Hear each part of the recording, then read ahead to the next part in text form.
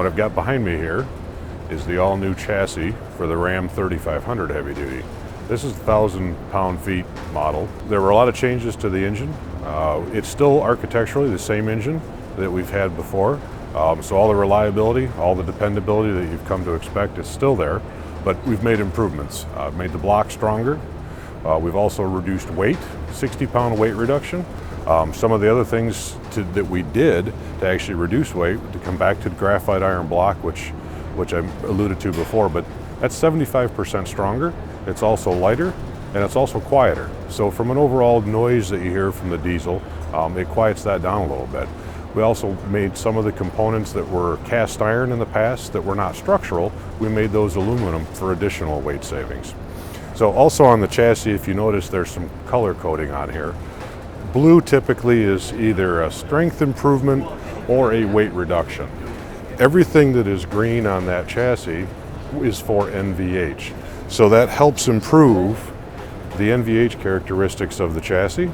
So things like diesel idle vibration, they're neutralized because we've separated the frequency. On the exhaust system, you'll also notice the same thing.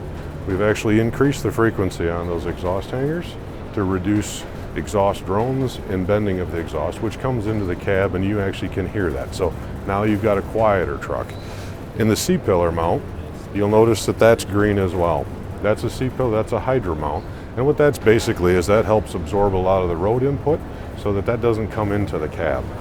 We've also done a lot of work in the rear truck. As you can see, there's a lot of blue back there. All of that is capability improvements to be able to haul the 35,100 pound trailer. And also, if you notice, the whole rear axle is blue. That's a new max toe axle. Everything about that axle is bigger and better.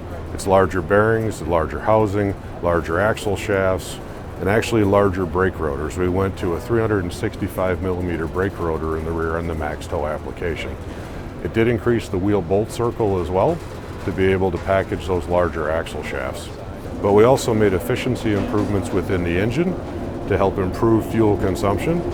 We also put new foundation brakes on it, which helps reduce brake drag, which also supports improved efficiency. It's a 1,000 millimeter radiator, about 39 inches wide. That drove the grille in the front of the truck somewhat to be the shape it is. We had to package that radiator to be able to get the airflow for the radiator and the charge air cooler to get those performance numbers. But at the end of the day, the cool part about that is even though the grille got bigger, we actually reduced the air drag on the truck by about 8%.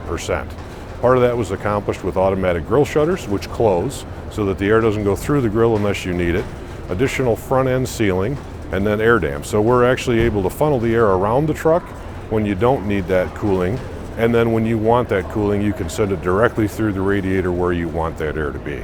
Basically, to get the 1,000 pound-feet packaged in the truck and to be able to support that 1,000 pound-feet, the truck is redesigned from the A-pillar forward. So the structure in the front end was completely redesigned. The fenders, obviously, in the hood, the grille, the bumper, everything packaged around that 1,000 pound-feet and all of the requirements to get there. So in each one of those opportunities where we could do weight reduction, we did. Aluminum hood, and even the hydroform in the inner structure, where we could remove weight, we did. Because again, as I mentioned before, weight's payload and payload's capability.